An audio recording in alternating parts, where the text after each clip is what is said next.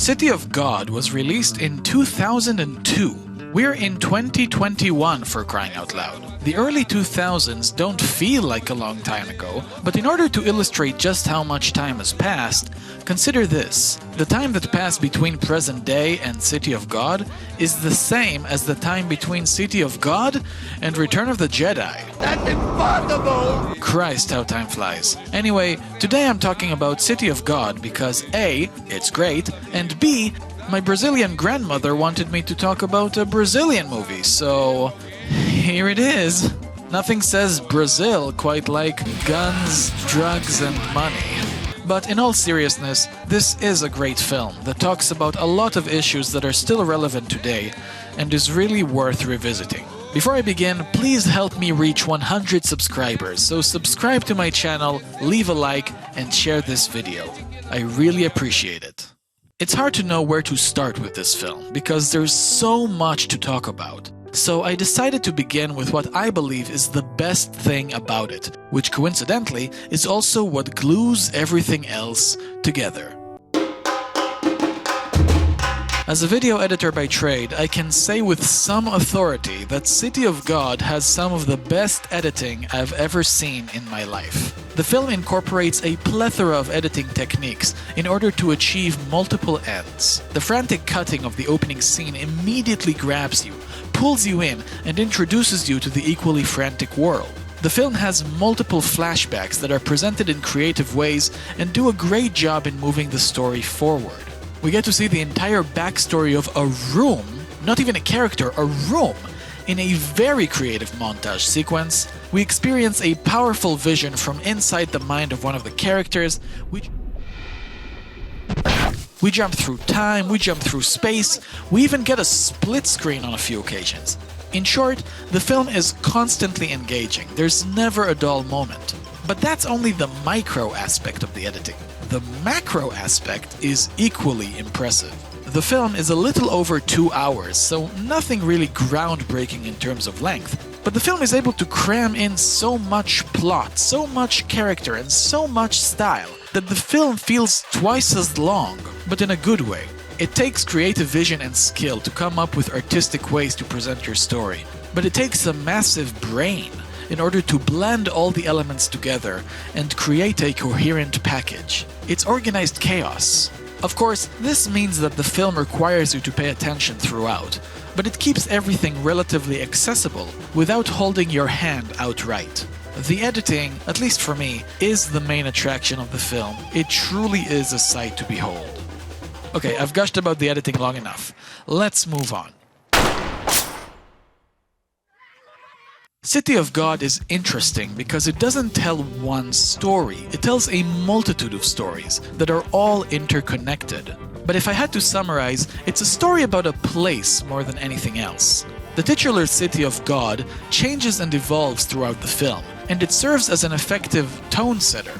At times, the city is happy, fun, and inviting, but more often than not, it's somber, brutal, and dangerous. That's the harsh reality the characters that inhabit the favela have to deal with. The ensemble cast is huge, and the vast majority of the characters are distinct and memorable. It's impossible to talk about them all, but the highlights have to be the likable, cool, and ultimately tragic Benny, the gentle giant reluctantly turned vengeful gangster Knockout Ned, and best of them all, the psychotic, bloodthirsty killer, king of the favela himself, Lil Z. This guy is completely insane! He was bad enough when he was just a kid, but as an adult, he rules the city with an iron fist and treats himself to all sorts of horrifying pleasures, such as raping the girlfriend of one of the characters and forcing a child to murder another child. One of the lowest of the lows, a true stain on humanity. And yet, that's exactly what makes him such a compelling villain that you truly want to see being taken down.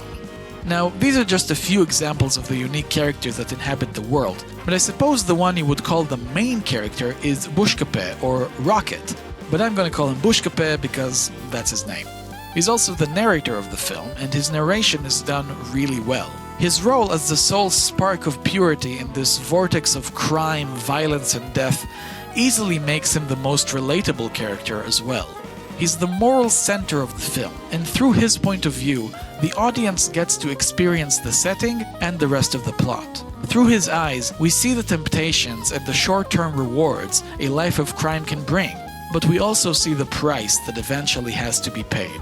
We see Bushkape flirt with the gangster lifestyle, but he ultimately chooses to follow his conscience and his dreams of becoming a professional photographer, and decides to escape the, ironically, God-forsaken City of God. Por que esse um tchê fica nas inclusas de Cidade de Deus, onde Deus não tá pensando?